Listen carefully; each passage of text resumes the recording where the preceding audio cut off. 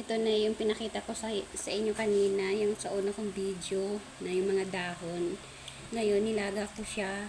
Ito na yun. Ito.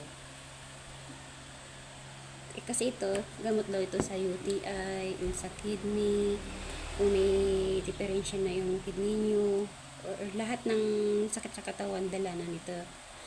Kaya ito, tuwing umaga, iinumin ko to. Kasi yung sakit na ng likod ko, halos nilalagnat na ako at hindi na maayos yung paglalakad ko.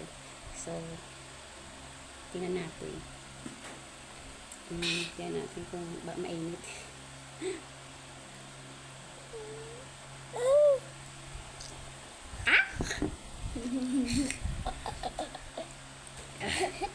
Mapakila na kung tintiis na lang sa lasa para mamugan yung katawan natin.